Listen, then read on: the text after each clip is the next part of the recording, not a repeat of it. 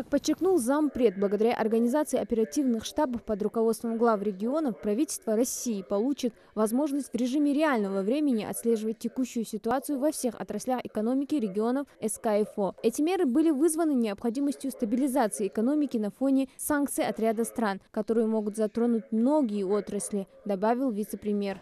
Подготовлен оперативно проект федерального закона, который уже вошел в Государственную Думу и будет рассмотрен в ближайшие дни и Госдумой, и Советом Федерации. Он будет рассмотрен и принят.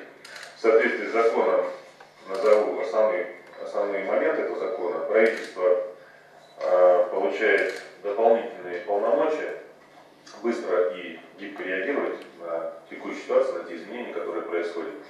В том числе он предусматривает оперативную возможность перераспределять бюджетные ассигнования в течение этого года не только федерального бюджета, но и на региональном уровне.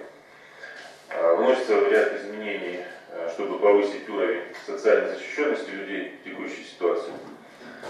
Также предусматриваются меры для поддержки промышленности и сельхозпроизводителей. Создаются условия для привлечения средств и получения льготных кредитов. Важно, что будет запущен новый этап амнистии капитала.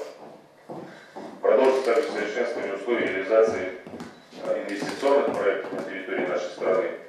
В этой связи будут внесены изменения важные в налоговый кодекс для поддержки бизнеса и граждан.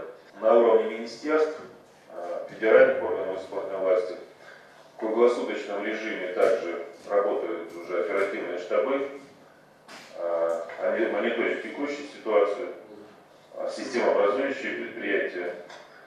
Также задача этих штабов готовить предложения по поддержке профильных направлений.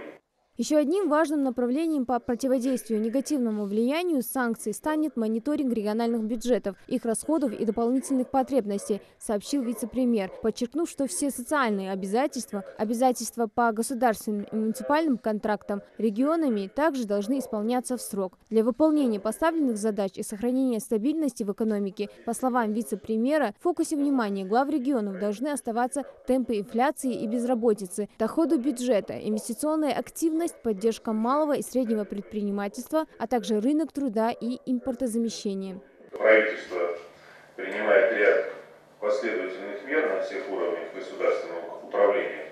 Под руководством председателя правительства создана правительственная комиссия по повышению устойчивости российской экономики в условиях санкций.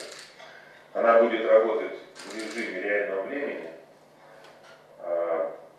исходя из текущих условий, ситуация оказывать поддержку бизнесу, промышленности, гражданам, в первую очередь, Российской Федерации, объектов социальной сферы.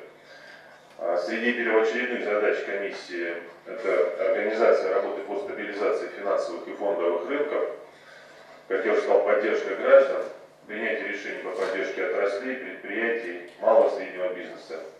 Это создание благоприятных условий для импортозамещения, для внутреннего рынка. В свою очередь, полпред президента России в СКФО Юрий Чайка подчеркнул необходимость сплоченного и общего ответа на введенные ограничения, разработки мер реагирования на экономическую ситуацию. Хадза Забриева, Хусен Гагиев, Юсуп Ханиев, Рахман Цуров, Новости 24.